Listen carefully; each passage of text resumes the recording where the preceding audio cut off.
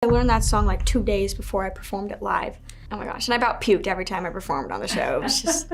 There are moments in television history that stop you cold. Moments where you find yourself leaning forward, forgetting to breathe, wondering if what you're witnessing is actually real. Darci Lynne Farmer gave the world one of those moments. A 12-year-old girl from Edmond, Oklahoma, standing on the biggest amateur talent stage in America, throwing her voice through a pink rabbit puppet named Petunia while simultaneously delivering vocal notes that would make trained singers blush. The audience didn't just applaud. They erupted. They wept. They stood without being asked. And somewhere in the middle of all that noise and golden confetti raining down from the rafters, a child's life changed forever in ways that were beautiful, yes, but also quietly, profoundly heartbreaking. This is not simply the story of a girl who won a competition. Winning was the easy part, if anything about that journey could ever be called easy. This is the story of what fame costs when it arrives before you're old enough to understand the price tag. It's the story of panic attacks before curtain calls, of lying awake in hotel rooms wondering if the whole thing was just luck, of watching your childhood disappear into a touring schedule while your classmates worried about nothing more serious than weekend plans. It's the story of a young woman who had to break apart before she could rebuild herself into someone real. And if you think you already know Darci Lynne's story because you watched her win America's Got Talent Season 12, I promise you, you have only seen the highlight reel. Darci Lynne Farmer was born on October 12, 2004, in Oklahoma City, Oklahoma, and grew up in Edmond with her parents, Misty and Clark Farmer, and her siblings.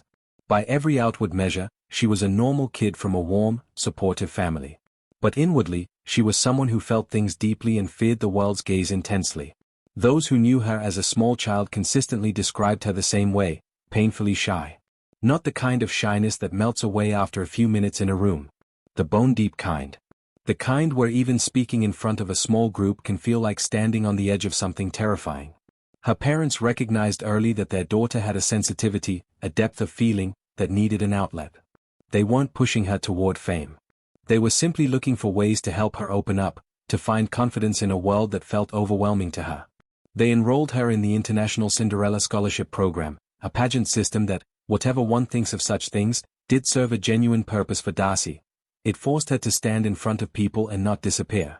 It helped her take tentative steps toward performance. But it didn't cure the shyness. It didn't silence the inner voice that whispered she wasn't enough. The real turning point came when Darci was 10 years old and attended a ventriloquist performance at her church. Something clicked. Something ignited. Here was an art form that let a performer hide a little, speak through someone else, give voice to characters who could do the things the performer was too afraid to do alone. For a girl who struggled to assert herself, ventriloquism was practically invented for her. She began teaching herself the craft, watching tutorials, practicing obsessively, training her mouth to stay still while her voice filled the room. Within 2 years, she was good enough that her family encouraged her to take the biggest step imaginable. On May 30, 2017, Darci Lynne Farmer walked onto the America's Got Talent stage. She was 12 years old. She carried Petunia, her pink rabbit puppet, and she carried the kind of nerves that most people never have to feel in a lifetime. She chose to sing Summertime from the Gershwin opera Porgy and Bess, a song that demands genuine vocal maturity, a song that adult performers treat with enormous respect. She sang it through Petunia.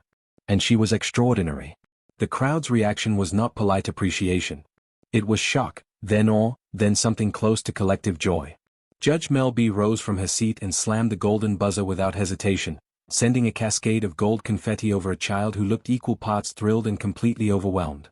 Within 30 hours, that audition video had become the most watched clip in AGT history at that time. A middle schooler from Oklahoma had become a global phenomenon before the confetti had even been swept off the stage floor. What followed was the kind of success story that looks flawless from the outside. Darci continued through the competition introducing new puppet characters, including Oscar, a bashful mouse, and the unforgettable Edna the Talking Heads, a feisty elderly woman with a not-so-secret crush on Simon Cowell, who, to his enormous credit, played along with magnificent good humor. Each performance built on the last. Each week, the audience fell deeper. When the season 12 finale aired on September 20, 2017, Darci Lynne was named the winner, having received the highest number of votes in the show's finale history up to that point. She was 12 years old, and she had just conquered the most watched talent competition on American television. The prize was $1 million. The reality was something far more complicated. Almost immediately, the machinery of fame began to spin around her at a speed that would have challenged a seasoned adult professional. Her social media following exploded into the millions practically overnight. Interview requests poured in from every direction. She appeared on The Ellen DeGeneres Show. She performed alongside celebrated acts including Terry Fator, the ventriloquist and Vegas headliner who became something of a mentor figure to her. What had been initially discussed as a modest 5-city post-competition tour rapidly expanded into a 52-venue nationwide production. Her first headline show sold out in 6 minutes. Not 6 hours. 6 minutes. And through all of it, Darci Lynne was still 12. Then 13. A child, by any legal and developmental definition, suddenly operating inside an adult industry with adult demands and adult expectations placed on her shoulders every single day. She went back to Deer Creek Middle School. Of course she did. Because she was a child, and children go to school. But school was not the refuge it should have been. Classmates who had known her before now saw her differently. New students treated her as a celebrity rather than a person. She described the experience in interviews as a little crazy, recounting how walking through the hallways meant fielding a constant stream of recognition and excitement from peers who were, understandably, starstruck. What sounds thrilling in a sentence is exhausting lived out over weeks and months. Every day. Every hallway. Every lunch period. Never just being a kid. The ripple effects extended to her brother Nate, who had done nothing to invite fame into his own life but found himself perpetually identified as Darci's sibling rather than as himself. He would come home frustrated after days of fielding questions about his sister, unable to carve out his own identity in a social environment that had been thoroughly reorganized around her success. Fame, it turns out, doesn't respect family boundaries. It doesn't knock politely and ask permission. It simply arrives and rearranges everything. To manage the impossible balance between career and education, Darci and her family settled on a compromise. She would perform on weekends and school holidays, preserving her weekdays for class. It was a reasonable solution on paper. In practice, it meant that her weekends, the time when most children decompress, socialize, and simply exist without obligation, were consumed entirely by travel, rehearsal, performance, and meet and greets. By the time Monday came, she wasn't rested. She was depleted. And then she had to sit in a classroom and concentrate, often after having barely slept, often after having crossed multiple time zones. Eventually, the traditional school structure simply could not accommodate the demands of her career. After much deliberation, the family made the difficult decision to transition to homeschooling in 8th grade. Darci spoke about it honestly, noting that while it was a hard choice, it was the right one given the circumstances. The flexibility it provided was necessary, both professionally and emotionally. But let's not romanticize it. A child choosing to leave her school, her social environment, and whatever fragments of normalcy remained is not a minor sacrifice. It is a significant one, and it speaks to how thoroughly her life had been reshaped by fame. Beneath all of the logistical adjustments, something more serious was quietly developing. Darci has spoken openly and honestly in various interviews and public statements about the mental and emotional weight she carried during this period of her life. The shyness that had always been part of her character did not evaporate in the spotlight. It intensified. The same sensitivity that made her performances emotionally resonant made her acutely vulnerable to the pressures of public life. She became hyper-aware of how she appeared, what she said, how she was perceived.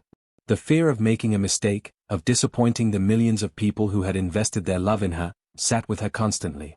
Imposter syndrome took root early. Despite the standing ovations, despite the sold-out venues, despite the measurable, undeniable evidence of her talent, she found herself lying awake wondering whether it had all been luck. Whether she was genuinely as good as people believed. Whether the moment she tried something new, the world would see through her and realize she didn't deserve any of it. That particular breed of self-doubt is cruel because external success does not cure it. You can have 1 million followers and still feel, in the quiet moments, like a fraud. She has also spoken about panic attacks, moments where anxiety became physical and overwhelming, where her chest would tighten and breathing would become difficult, sometimes immediately before going on stage. Imagine that. The puppets that had once been her safe harbor, the characters she had used to come out of her shell when the world felt too large, began to feel like a weight. The very tools of her liberation had become associated with the pressure and expectation that were slowly eroding her sense of self. Those closest to her began to notice the signs that were invisible to most fans. The weariness behind the smile. The strain in interviews that had once felt effortless. The exhaustion that sleep couldn't touch. Chronic fatigue settled in, the kind that is not fixed by rest because it runs deeper than tiredness. It is the fatigue of a person who has been performing, emotionally and literally, without adequate space to simply be. Headaches became regular. Sleep was difficult. Her voice, the extraordinary instrument at the center of everything, felt worn and overextended.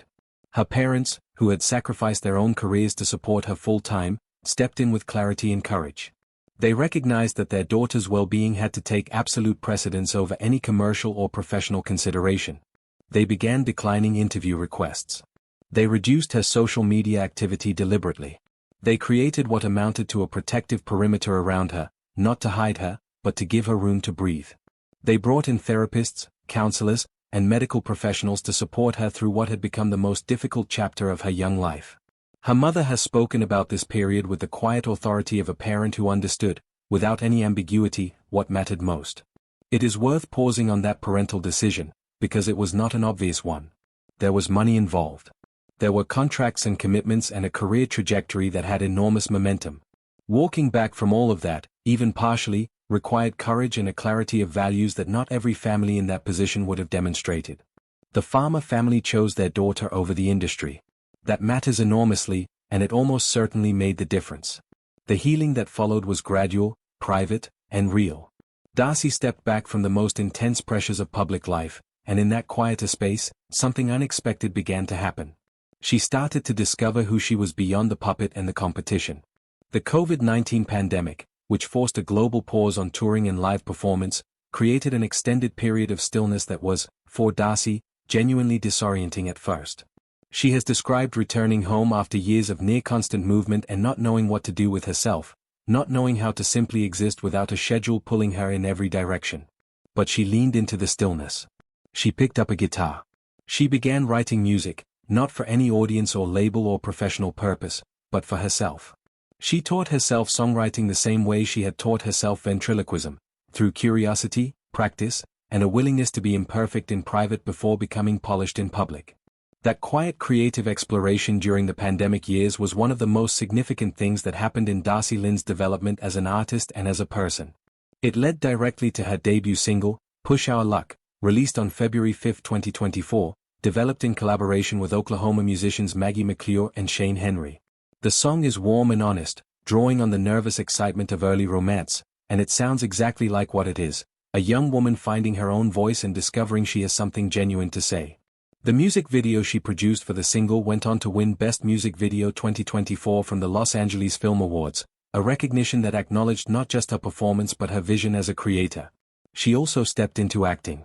In 2022, she co-starred in the Netflix film A Cowgirl Song, a project that fit naturally with her Oklahoma roots and her love of performance, while giving her the opportunity to explore a creative medium entirely separate from ventriloquism. She has continued releasing music, including the more soulful, emotionally led track Someone Wake Me Up, which reveals a deeper, richer dimension of her voice and her artistry.